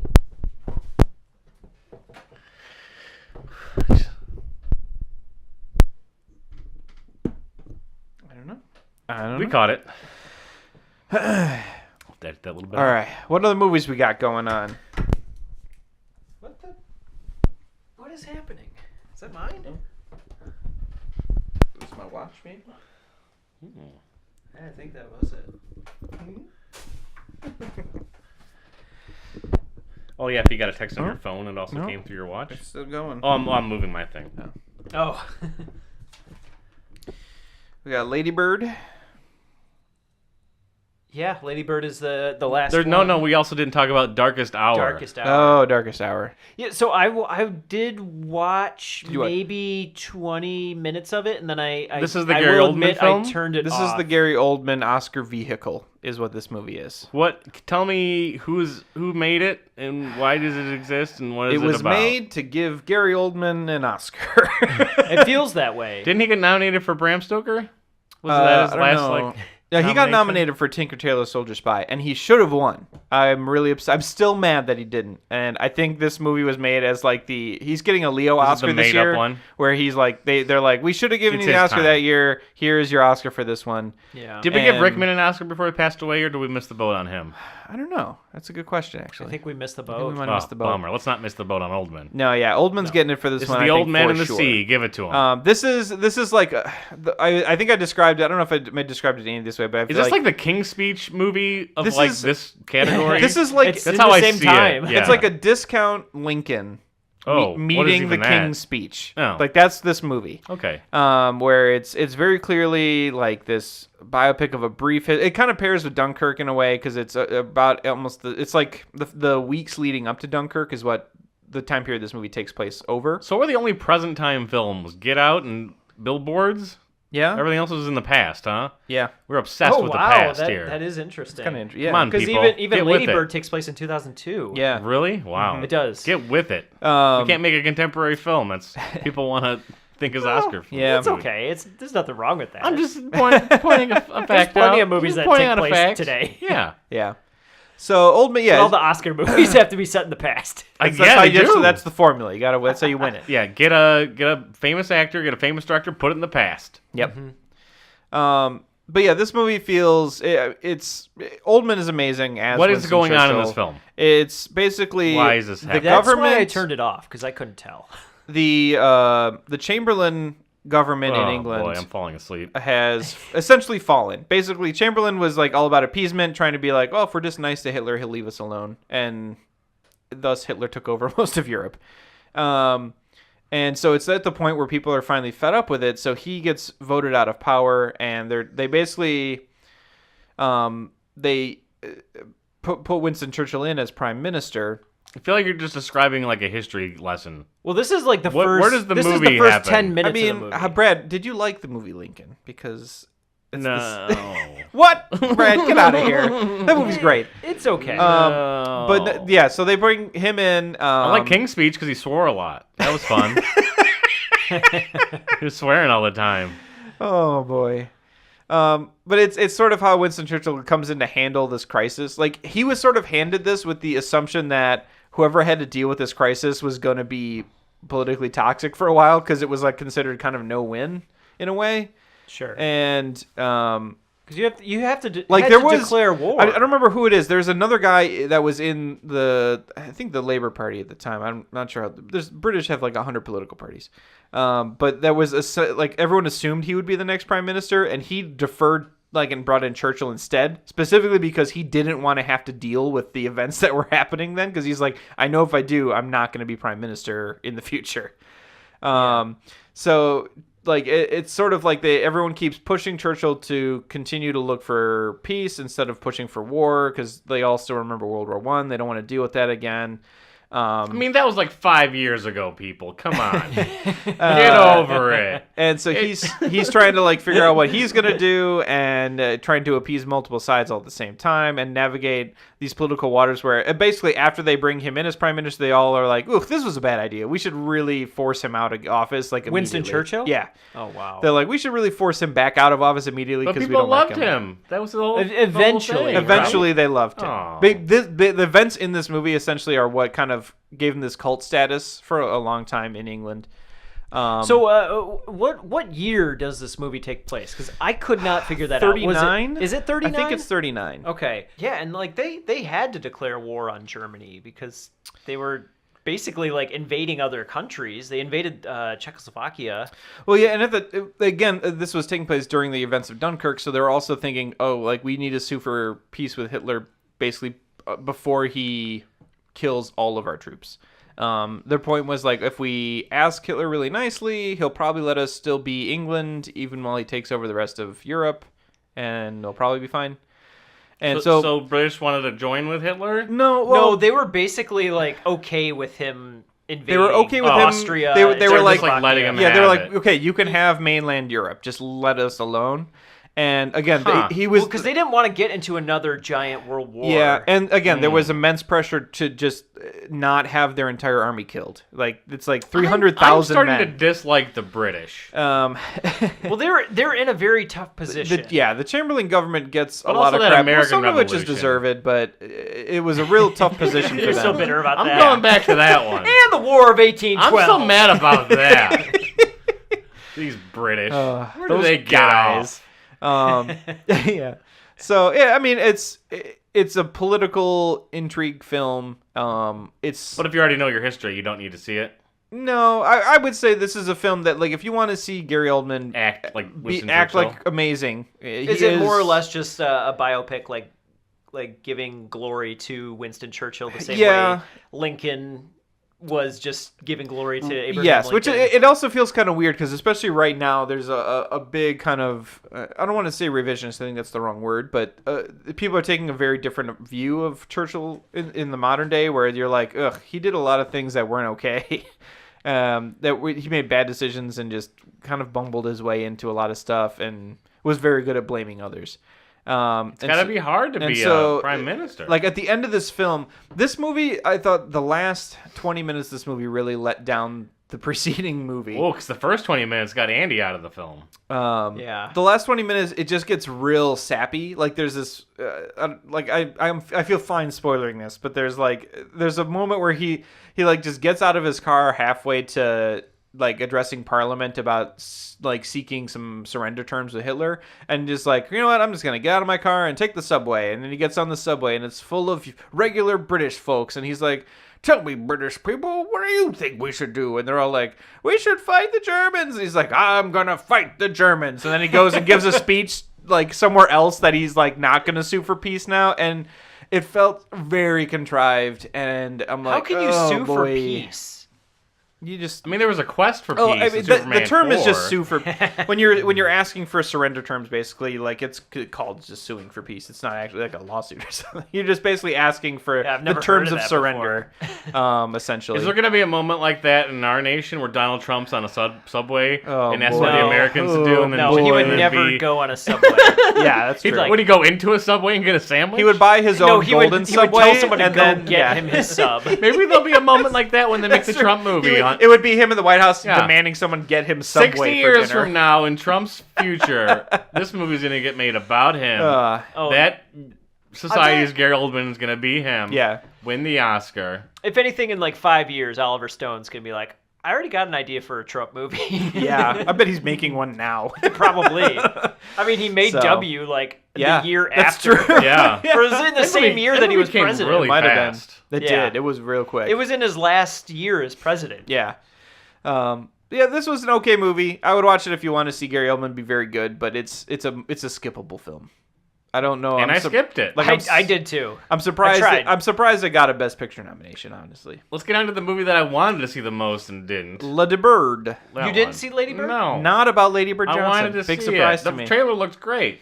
It was like Yep. Juno, but she was a Yeah. little less jokey. Yeah. It And wasn't. then it that wasn't for Madcap me. and then I went in- Roseanne's sister was in it. Laurie Metcalf is She's fantastic phenomenal in this movie. As much as I liked Frances McDormand in Three Billboards, and how much I'm very sure she's going to win Best Supporting, I think Isn't Laurie Metcalf supporting? Yeah, Laurie I think Metcalf should have won. one's- She's nominated, and she's like essentially the second place pick, but it seems. Well, wait. She wouldn't be the Frances lead? McDormand is nominated for Best Actress. Yes, sorry. Laurie Metcalf is Best nominated Supporting. For Best Oh, Supporting sorry. I'm talking about Actress. Allison Janney and I, Tanya. She's the front runner for Best Oh, Supporting right. Actress, and I I don't. see. I think Laurie Metcalf should get it. I want her to. I can totally This respect is- and understand This that. is the one category where I didn't pick my gut, and Allison Janney's a good-looking lady. yeah, and she was great in I, Good-looking older Tanya, lady. but I felt like her role was very she's small great, in that, yeah. and Laurie Metcalf in this film is so believable. Like it feels so real.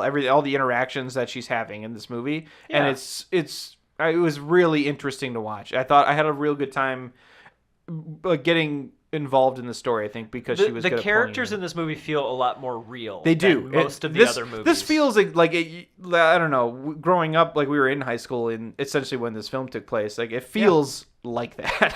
It feels that the time feels right, and like the music is like you're like, oh yeah, this is what people would be doing, and Although I did not totally enjoy this movie. I enjoyed a lot of scenes and sequences in it. I know you didn't care for. I think the ending. Yeah, you had said you kind of felt. Well, there wasn't no, enough. I would say the ending kind of wrapped up the story that she was telling in a good way. Mm-hmm. the story wasn't really there. It's mostly about Lady Bird. Yeah. Is this Lady Napoleon Dynamite? Is that kind of what this movie is? No, it's not nearly absurdist enough for that. It's mostly about She seems quirky. It's one of the, she's like the teen in school who's sort of like is she just going through like puberty or whatever, going through problems? She's like finding herself. It's her senior year of high school, so she's she's coping with the transition out of high school, and she's like in an awkward position because she doesn't feel totally connected to her mom and her brother. Her brother's a totally opposite person from her in terms of like their sensibility. She's going to a Catholic school, but she's not religious. So she's in a bunch of situations where she feels like she doesn't fit in out of place anywhere. Yeah. And so she's really spending most of the movie trying to find out what her place is. Like where what's her scene? Like who are her people? What's her sensibility? Yep. I feel like there's a kind of a fun undercurrent. One of the things I kind of liked in this film is that the movie sets it up as like, oh, like she very much wants to get out of Sacramento, is like one of the big underlying currents. She's like, this is just a small like town in California. No one cares about Sacramento or what happens here. Like, I need to get to the big city. And... I want to see the story about the kid who wants to go to Sacramento. It's even a worse place than she is. They're like, I hate living in the city. Can't wait to get to beautiful, huge Sacramento. And then like she like there's a point where she sort of does get out and basically realizes. Yes, I'm pointing at it right here. and she sort of realizes that she wasn't this like big fish in a small pond she thought she was, I guess. And it's sort of this realization that like everyone feels in high school, like they're like, oh, no one understands me. And then you're like, oh boy, I was kind of insufferable. Oh, like in retrospect. And that felt very real to me. That was really good. I thought the ending was a nice little like bow tie on the whole story. Yes, I would agree. I thought it was, I almost felt it was a little too abrupt, but maybe I'm wrong. I don't know. I might be. I'm excited about Greta Gerwig. Yeah. Actor turned director. Yes. Another one of these people. Mm-hmm. Yeah. Killing it. One of those people. Like a Jordan Peele. Like these guys. Someone new. Camille Nanjiani. And this is I think this is written and directed, I believe. Yeah. Yeah. Killing it. It's great. Yeah. It was very, it's a very good movie. I don't really know Greta Gerwig all that well, but I feel like it's mostly her story. Like I would agree. She's writing her own story. I don't know enough about her to say so. Yeah, I would also. I'm just imagining that she's like a Sacramento person who moved to New York and became, in films. Yeah. So yeah, it's all these interpersonal. It's a very relationship-driven film. Other than to get out of Sacramento? Does she want to be an artist? That's her main goal. She wants to get out and be a musician. I don't know. Not really. Own a hot dog. I think so. Store. Here's my big problem with the movie. So her main goal is to be able to go to college in New York. And there are many obstacles in place, and that is the main obstacle, is that her parents are middle-class people and they cannot afford can't afford that. To send her to college. Yeah, get a job. Now, however, she doesn't really contribute to that goal in any way. Her parents do, and just at a point they're like, all right, you can go to college. Yeah. I feel like she didn't really do anything to contribute to that goal. Yeah. However, the story is more or less about her going through her last year of high school. In line with that too is that she has these dreams of going to college in New York, but it's in that like she keeps feeling like her parents are holding her back from that. But it's not like you don't understand, Dad. Yeah, no, she sets it up. You don't get it. She sets that up to herself that way, but then like she's also getting rejected from a lot of schools because she's not an exceptional student. This seems like me in 2002. Yeah, this is all our high school coming of age stories. Exactly. This movie feels very real. Yeah, at least I don't know. Maybe it's just for us, but it's the most relatable. It's the most relatable movie. It is. But the ending, the resolution feels very like Deus Ex Machina. Oh, okay. Yeah, absolutely, I would agree. Like she wants a wins school, the lottery. and then like her dad is just like gives her a letter like, here you go. Here you go. Like we figured it out. Your goal. Mm-hmm. What? Like the mom is spending time like trying to figure out like on paper like how much is this gonna cost, and can we save here and there, and how can we get her in college in New York.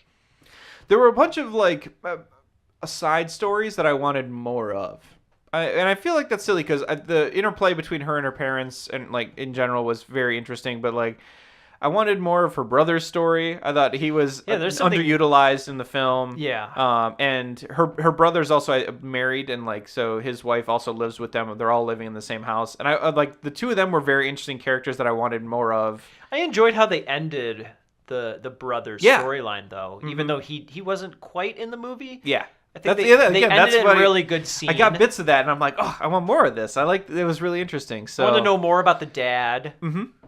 There's a lot of peripheral stories that I just wanted more of, but it wasn't their story. So I understand why we're following Lady Bird specifically. So we only get to see essentially what she gets to see, almost, in terms of those stories and how they progress. So is this a prequel to Birdman in the Michael Keaton film? It could be. She became Maybe she's Michael like Keaton. Emma Stone. Right.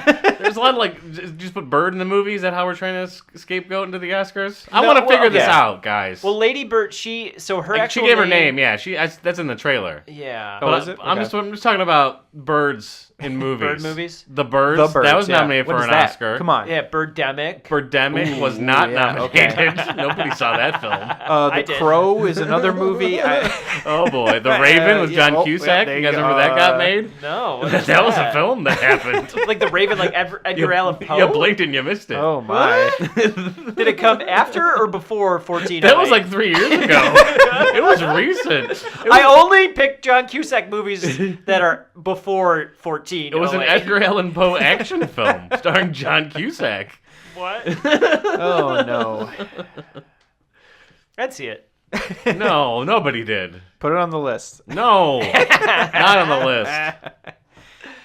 All right, let's meander around with Oscar talks. Yeah. Those are the big 9. Those are what's going to be nominated. Biggins. What else you guys want to talk about? Let it loose. I enjoyed This is your time to say whatever you want. Yeah, I'm trying to say something! Andy, would you just tell us already? What do you want? Oh. I, Tanya. I liked I, Tanya. I did too. Yeah. It was... It's great because it's a historical piece, but it's like modern history, and you get to know what happened with Tanya Harding and Nancy in general. Kerrigan. Like one of my like guilty pleasure favorite movies is Pirates of Silicon Valley, which is a made-for-TV docudrama. I do like that movie. That movie's great. I love it. I've seen that like 4 times. It's a fun film. And it's like I don't know. This premise always likes me. And the story is so goofy in this. It's the perfect vehicle to. Did you see Jobs last year? The year before? Whatever one. No, Jobs? actually, it's on my list, and I still just haven't watched it yet. I should. It's a biopic.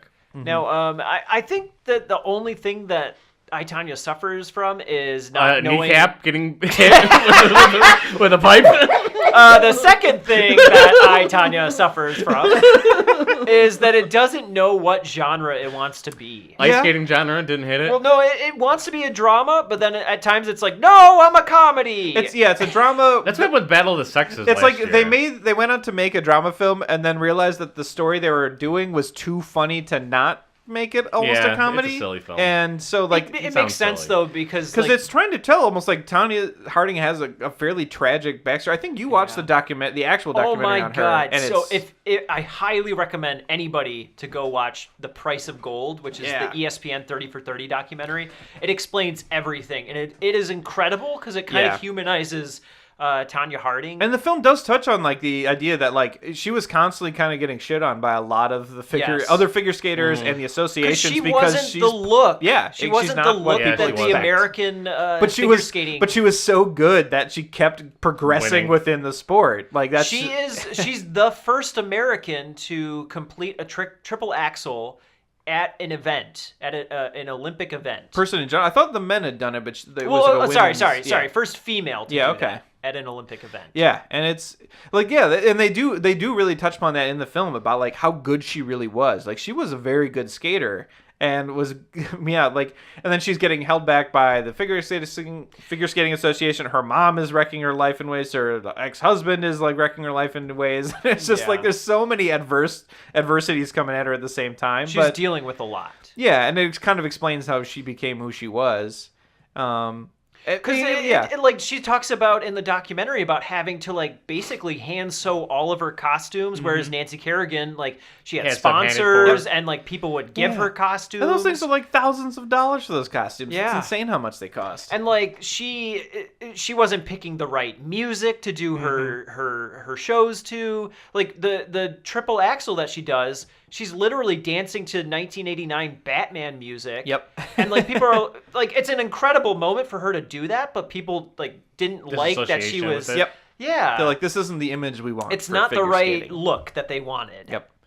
And so she even felt that she was getting marked down because of all of these I things. get marked down, and I get up again. She got up. Unlike She would have Nancy done. Kerrigan. She would have done Oh, a boy. routine to that song. Does it end the movie with that scene, or is it like No, does that it's- happen and then nope, it goes It's on? about the middle. Yeah, it's about of the when middle that of the film. happens. Yeah, because then it goes into. There's a lot of backlash after It that. went into All like right. how that happened. Yeah, and then the aftermath. And It's a sad, oh, sad boy. story because after that happens, it is like 3 weeks from the Winter Olympics. Yep. In Lillehammer, and Nancy Kerrigan ends up recovering in that time period, and she skates really well. And Tanya Harding has a problem with her laces on her skate, and she almost gets disqualified because she's not on the ice at the right time. She starts her routine, and then she stops and has to go to the judges, and she begs them to let her tie her shoe and start over, which almost never happens, but they agree to let her do that. Wow. But then And ever since that moment, yeah, her show just fell apart. just fell apart. Yeah, and It's then, so sad. Well, and Aw. then what's also bad too is then Kerrigan wins the silver, and there's like the famous picture of her being like she's really upset that she didn't win gold, and so she's like get this garbage medal off me kind of thing, and you're like. Yeah. It's just a weird series of events. I think like people always associate her with that event, and as if like she did it, and it's still like we don't know if she did it or not, or how much she knew. Which they also addressed, I think, in the movie at the beginning. They're like, this is, basically this story has been told 5 different times by a bunch of different people, and none of them are at all the same story, so we can never really know. Lost in the sands of time. Yeah. And because this whole event hangs over her head, she people forget that she's a human being, and that she has feelings and emotions, and she's still an incredible athlete. Yeah. So we got the O.J. Simpson one. We got the I, Tanya. When's the John Bobbitt movie coming? Oh yeah. Is that next year? So I'm waiting. Let's for. see it. As long as they go into the fact that he became a porn star after that. That was like those are the 3 big stories I remember in the 90s. I did want to ask if either of you had seen the Florida Project. No. I started. I tried to watch and it then and I stopped. I haven't turned watched it off. yet. I didn't like it. No, I didn't like it either. Okay, I'm curious. What about you see the Big Sick? To. The Big Sick is good. I have wanted not seen to. it. And I I need wanted to. to. Yeah. Nominated for script, I think. Yeah. It's a fun little romantic He comedy. wrote that with his wife, and it's a true story based on their actual life. Yeah, there's some definitely like embellishment. But Oh, yeah. absolutely.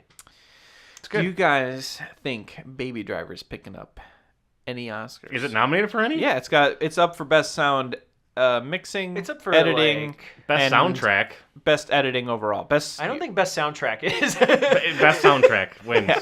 No, yeah, they got best Grammys. best sound editing, best sound mixing, and best editing. I think are the 3 that it's in. I think Kevin Spacey really killed this movie's chance of being anything special. That's a very valid. Really That could nuked into the be. ground. It could be. Like forever. It's kind of like unfortunate such the timing black for that, mark. yeah. Yeah. Poor film. And I liked him in it too. Yeah, I Yeah, do. That's yeah. the whole Yeah, I crux know. of It's it. the worst. And How do you it's- separate the art exactly. from the artist? Exactly. It's a struggle, and it's I wonder. We'll have to see kind of how that all shakes out. Or how do I you guess, separate the and- act from the actor? Oh boy. Yeah, Yeah. you can't. I don't like the They're way the you- same you put person. that. Wait, well, I wasn't trying to put it in a I know, but negative you way. did put it some way. What else? What else you want to talk about? What's Coco? Best, that gonna that's win for winning sure, best hands down? animated for sure. It's winning best song. I think it's Baby also Boss going to win doesn't have a best. chance of I think beating it's it? going to get best original song too. I think. I almost watched the Baby Boss.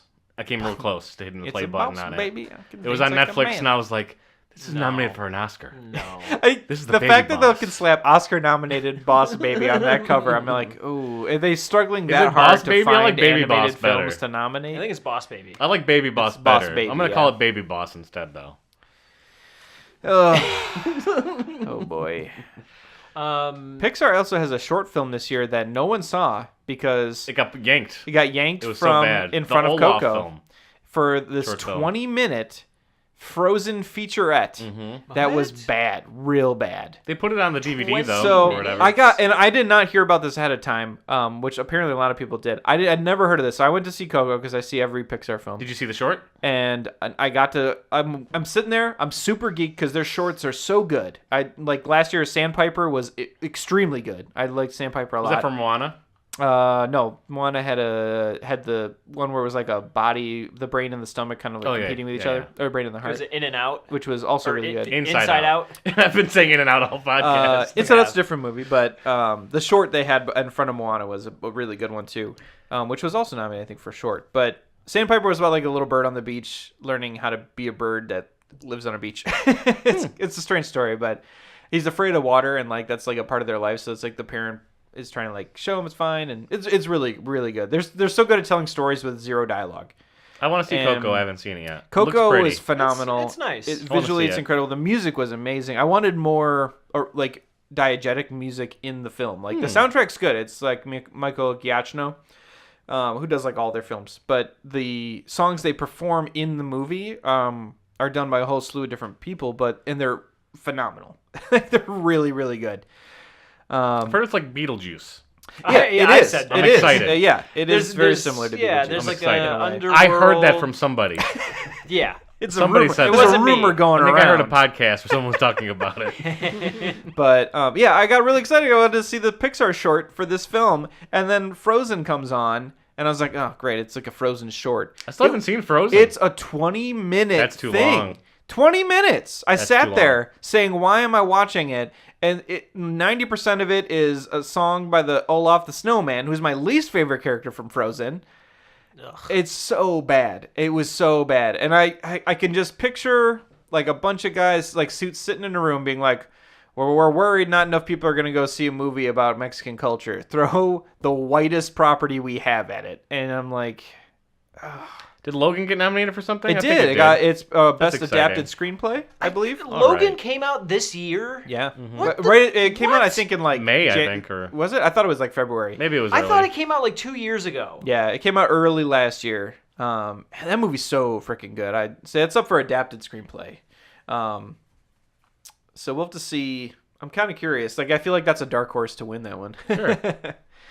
I watched a short yesterday that was nominated, short documentary. Okay.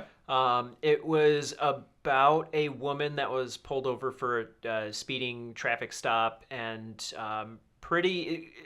it's maybe like a 30-minute documentary, and it shows from the dash cam like this police officer really quickly like taking this like 110-pound woman like down, like slamming her to the ground, and it's kind of more or less about like police brutality and like the tactics they use and racism and how that has. Do you remember which one this was? Like what the name of it was? It's also like what the It's called documentaries try to Traffic do Stop. too. Oh, okay. Yeah. There's a lot of like contemporary stuff, especially like Syria. I think it's been like a big Yeah. best doc for a lot of films. There's It was very because they have like a kind of a follow up to the White Helmets from last year. That is one of the ones this right. year with The Last Man in Aleppo, I think. Right. That one looks good.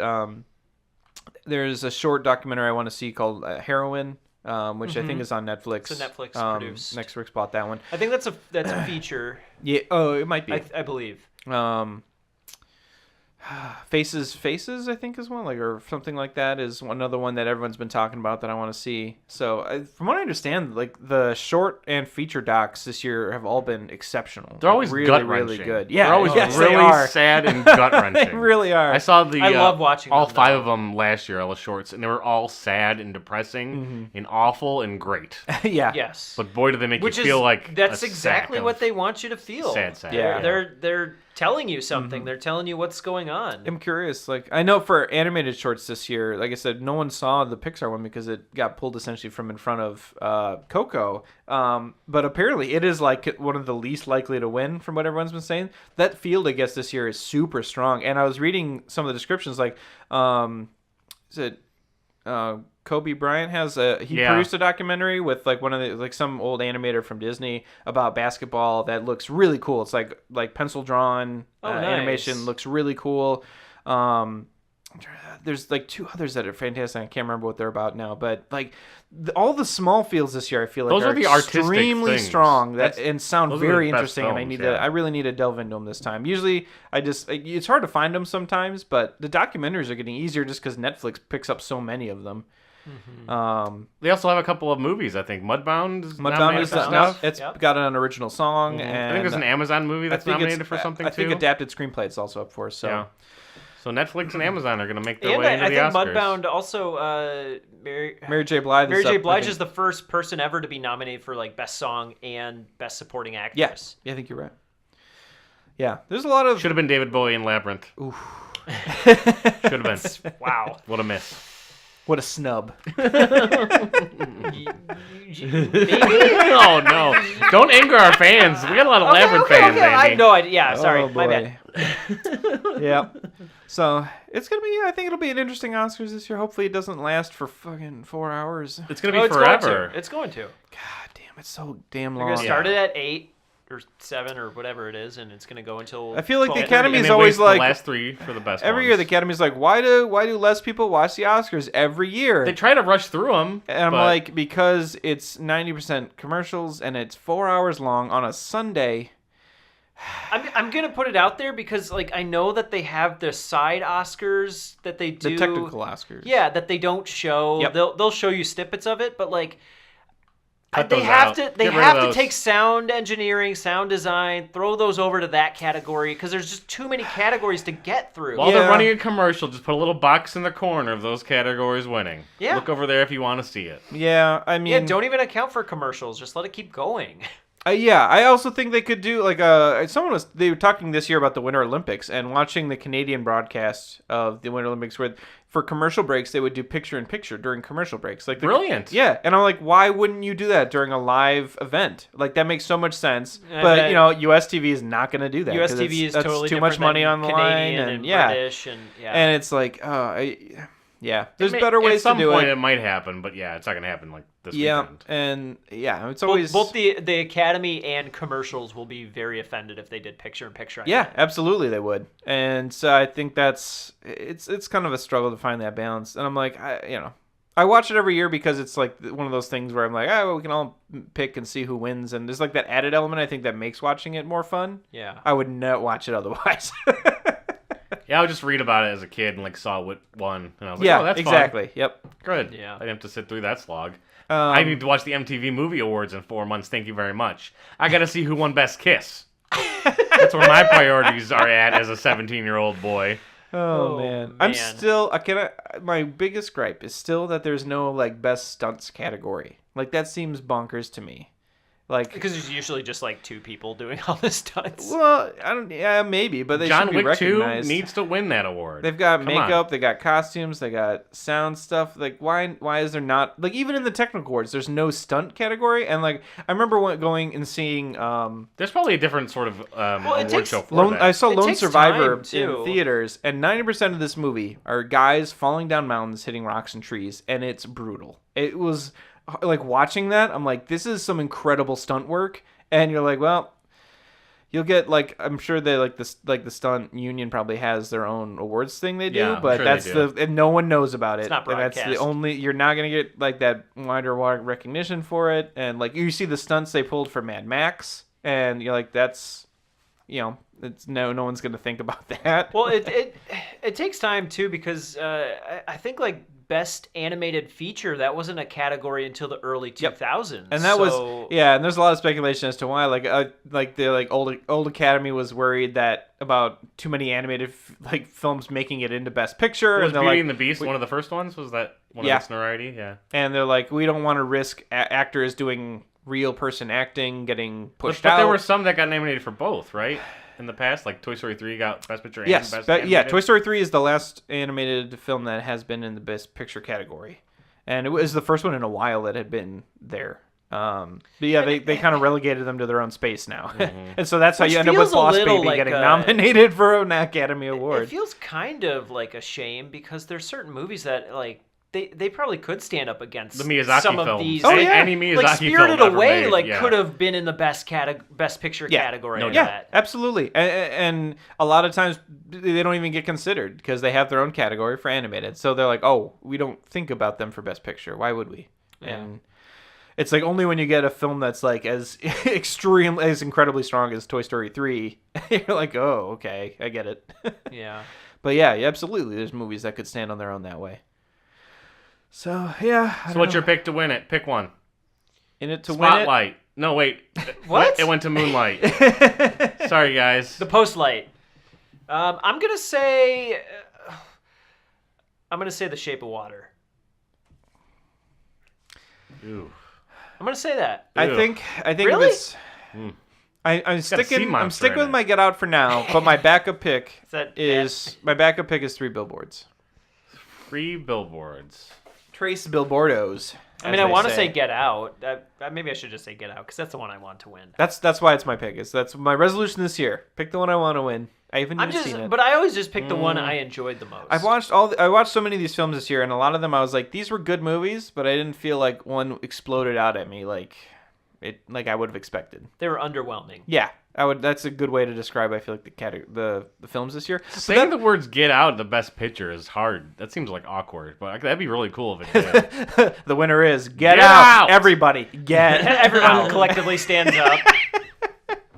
I'd say Get Out number 1, Shape of Water number 2, Lady Bird number 3. That'd be my pick. I think that's a fair ranking.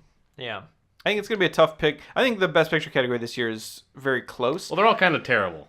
In their own way. I feel like that's the case, but at the same time, I'm thinking like I was looking back recently at some of the previous best picture full fields, and I'm like, oh my god, these are bad movies. Like looking back at these, and I'm like, I feel like now it might almost be that films have come pretty far, at least in terms of what's getting picked for best film. And I'm like, they all seem equally not that good, but they're all very good.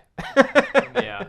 In the past, I'm looking at them like, why are these nominated? These are terrible movies. Yeah, and they kind of wrote themselves in a corner too. Like they have to have 9 movies. Yeah. Because that's what they always pick is 9 movies for Best Picture, and so a couple of them get in there. It's like you shouldn't be in this category. You're just there to fill up the space. It's Phantom Thread is in there. There's a lot of talk about the reason they expanded in the first place is movie. because now more movies can market themselves as Academy Award winning movies. That's why so many Academy Award movies come out right at the end of the year, so that when they do either move to wide theatrical release, I think they make them more forgettable DVD when sales. there's more of them. Yeah. Right? Yeah, they dilute the brand, and so I don't know if that was the right. They should just put it down to 5 or something like that. That's what it used to be for a long time. It was 5 movies. That seems good. Yeah.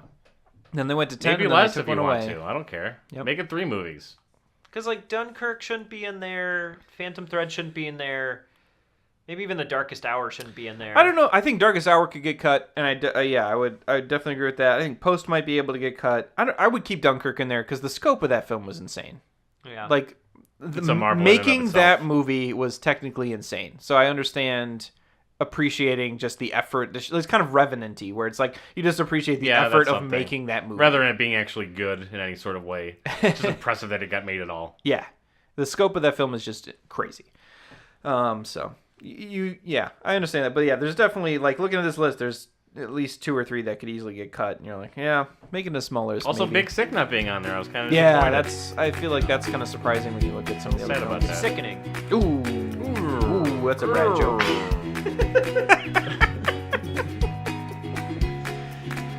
Ended on that. Yeah, that's a lot of words about the Oscars.